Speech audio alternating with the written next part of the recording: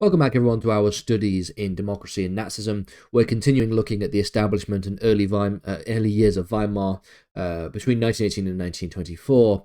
And in this video we're going to talk about the Treaty of Versailles. So the expectation from the specification is to talk about the peace settlements, the Versailles Treaty, the expectations and reality, terms and problems, and attitudes within Germany and abroad, essentially the responses and the general views associated with this Treaty of Versailles. So the Treaty of Versailles, which was signed fully on the 28th of June 1918, marked the formal end of the First World War. It was one of the most consequential peace treaties in modern history, often due to its profound impact, especially on Germany. So let's think about this peace treaty. Let's think about the key players involved, and let's think about some of the expectations and reality associated with its terms and the extent to which the attitudes in Germany and abroad were apt or maybe were exaggerated, shall we say.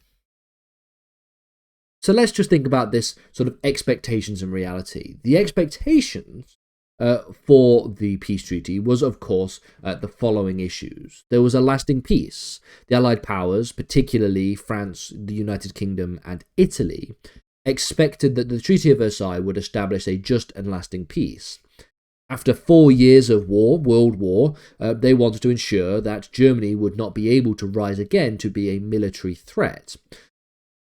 It also was expected by the leaders of the Allied powers, particularly the French Prime Minister Georges Clemenceau, that Germany would be punished for the war itself, ensuring that it could never again threaten France or other European nations. Clemenceau demanded substantial reparations and substantial losses of territory from Germany. By contrast, then, the United States delegation, the US President Woodrow Wilson, came to the negotiations with a certain sense of idealistic vision. He introduced his 14 points for essentially dealing with a post-war world.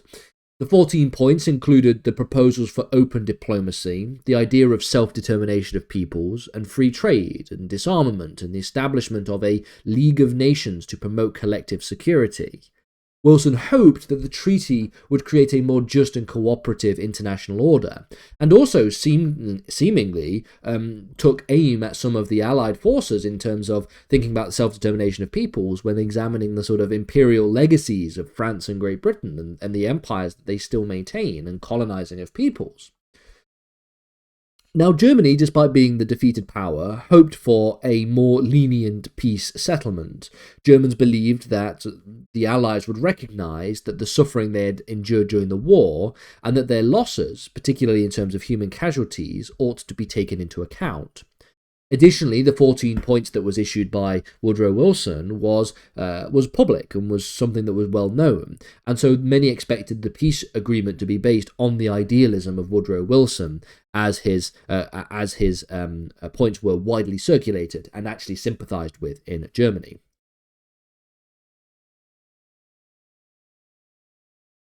The reality then was far more destructive, especially for Germany. So we see a lot of harsh terms. Harsh terms included things like territorial losses. It was things such as the loss of Alsace-Lorraine to France. The Saar Basin was to be placed under the control of this newly founded League of Nations, with the coal mines being given to France. The Rhineland was to be demilitarized, ensuring that German forces could not be stationed there. Poland was to be re-established as a state, taking territory away from Germany, specifically West Prussia and Upper Silesia. And we also see that Germany was to lose all of its overseas colonies in Asia and the Pacific.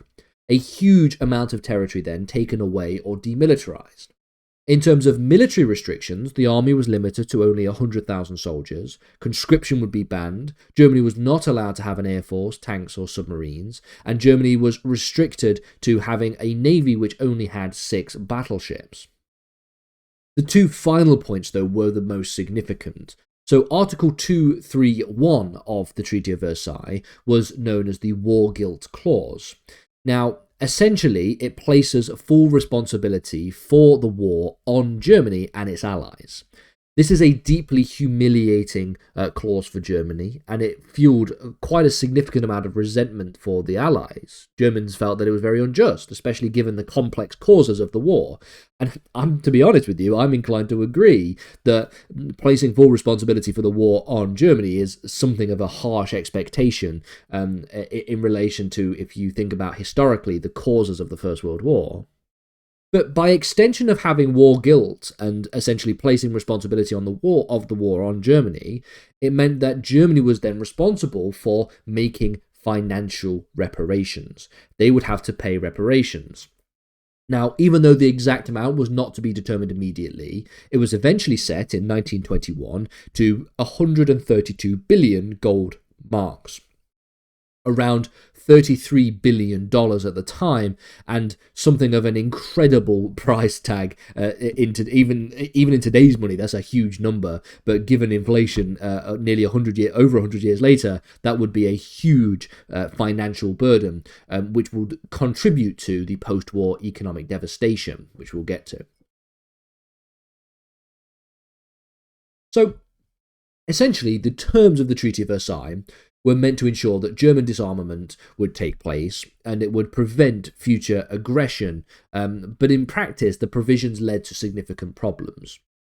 So firstly, we see that the reparations that would be imposed in 1921 by the Reparations Committee would ultimately cause quite a significant amount of economic impact, particularly hyperinflation and economic collapse, which we'll get to in future lessons.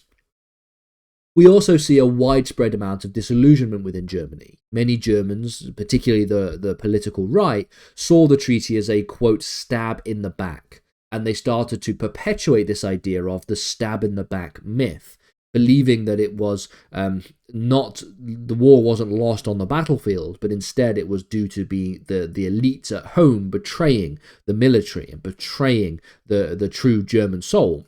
This then gets wrapped up when we start to think about the Nazi Party. It gets wrapped up into anti-Semitism, where it is blamed on the Jews and all these different kinds of issues.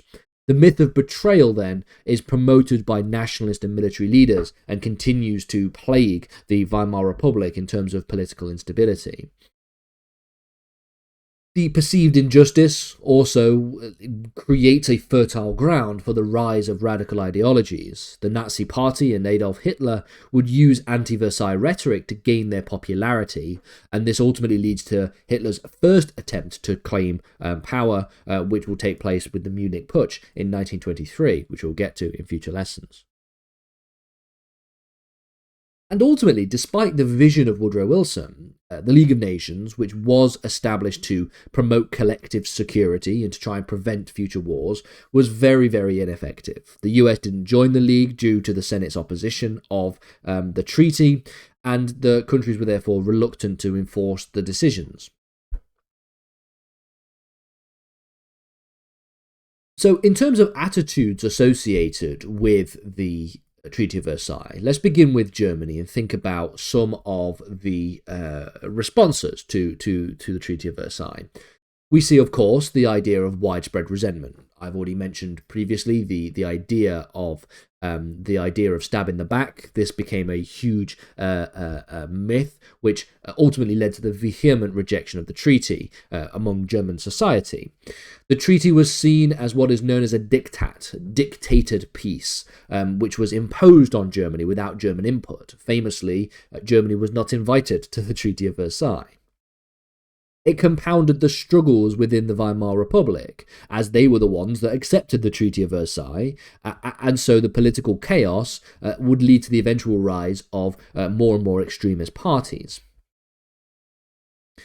The treaty's harsh terms also affected the collective psyche of the German population. The sense of national humiliation became palpable, and many believed it had been unjustly punished for the war that they did not in fact start.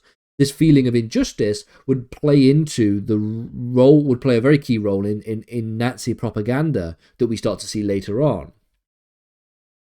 Now, in terms of attitudes abroad, I would also like to spend a couple of minutes talking about whether or not these attitudes and whether or not this response was actually well deserved. I would argue that personally, from a historical perspective, blaming only Germany or blaming Germany and her allies for the First World War is probably a bit of an exaggeration.